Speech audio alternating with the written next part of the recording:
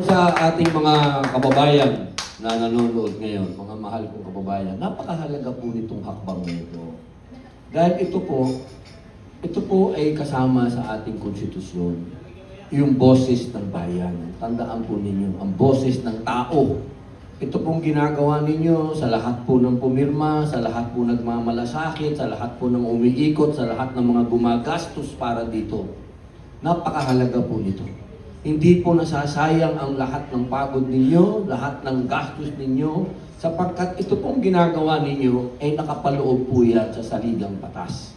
At ito po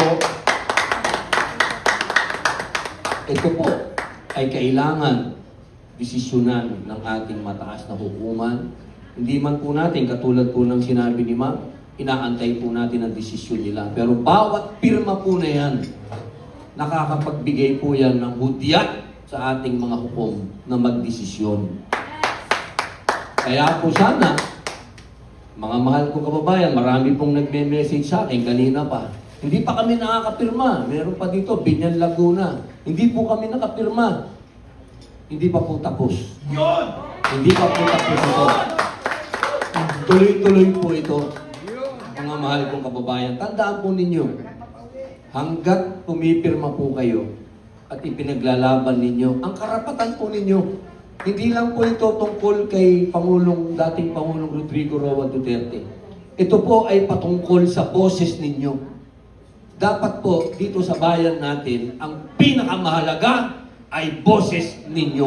Maraming salamat. Maraming salamat. Senator Robin, bago po may tanong po dito, Apo. no, gusto po nila malaman, sa tingin niyo po ba may possibility if ever in the future may legislative measure ba na possible i-file sa Senate, Congress?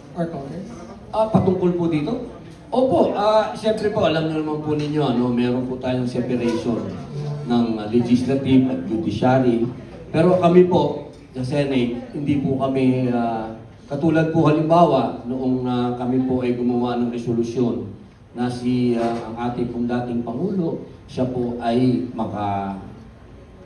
yung sa house arrest. Opo, hiniling po namin yan. Gumawa kami ng resolusyon at sinuportahan po yan ng majority ng napakaraming senador.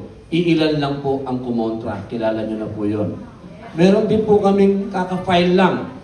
Yan po yung resolusyon, nakaka-approve lang na dapat walang Pilipinong pinapadala sa ibang bansa nang hindi tumaan sa hukuman.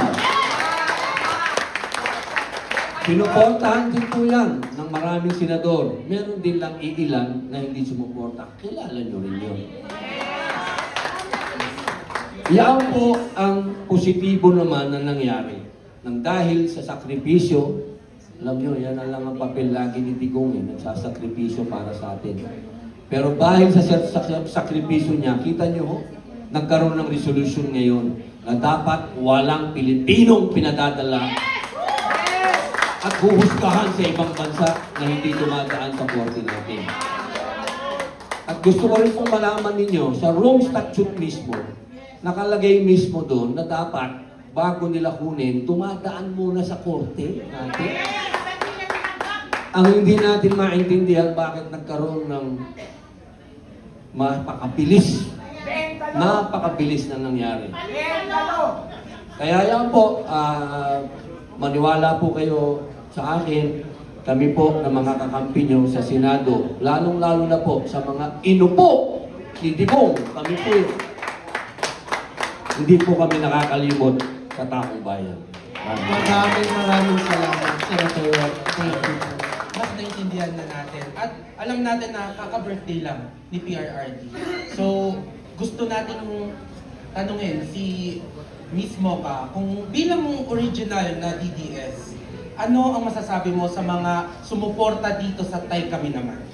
Ayun po, katulad po ninyo, ako po ay patuloy na sumusuporta at nagmamahal sa tatay ng bayan, si Tatay Digong. At sa dinami-dami ng nagawa ni Tatay Digong, the least thing that we can do is sign the petition. Nananawagan po ako sa bawat Pilipino kung sa tingin nyo may nagawang maganda si Tatay Digong para sa inyo, sa pamilya nyo, sa ating bayan, pumirma kayo.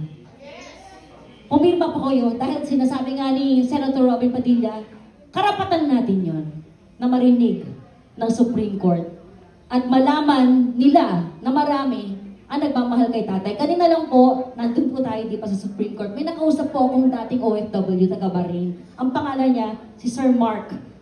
Sabi niya, hindi dapat nakakulong si Tatay Digong dahil sa dami ng ginawa niya magaganda sa ating bayan. Kaya, andito po tayo nagkakaisa para pauwiin ang tatay ng bayan. Bring him home!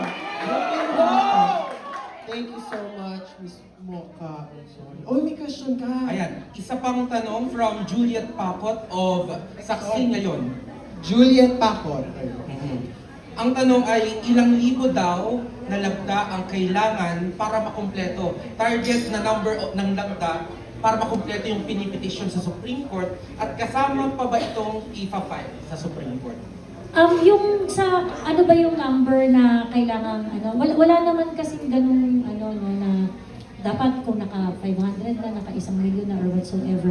What I know is that, in 2020, Attorney Dino De Leon filed a petition before the Supreme Court asking for a petition to compel PRRD to disclose his health condition.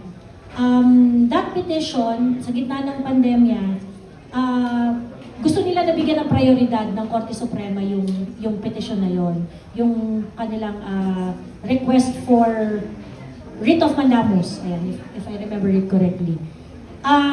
In that petition was supported by a signature campaign.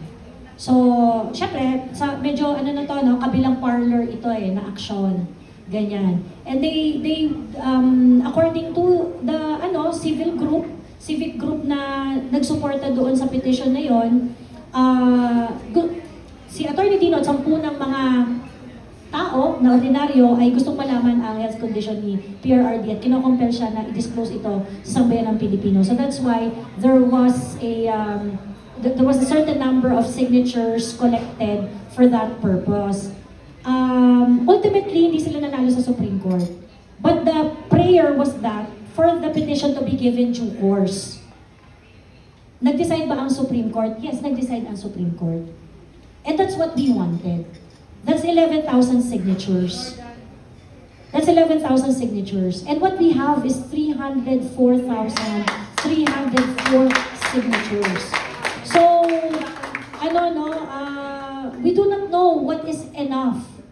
But if we keep on, dropping signatures to them, telling them that we are all waiting and we are getting impatient,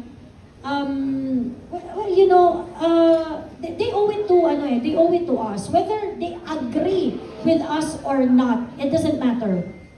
What we want is for them to resolve it once and for all, because this divides the nation. So, sana magdesisyon ng Supreme Court at yung numero natin, yung mga tao na nagtatanong, bakit 300,000 lang? Akala ko ba 32 million kayo? Yung mga ganyan. This is an entirely different ball game. And it takes initiative, it takes some effort to join this kind of campaign. And, well, as far as we are concerned, ang layo naman ng 11,000 sa 304,000. Yes. Diba? So, yun po ang measure niyan. Ayun lang. Maraming salamat.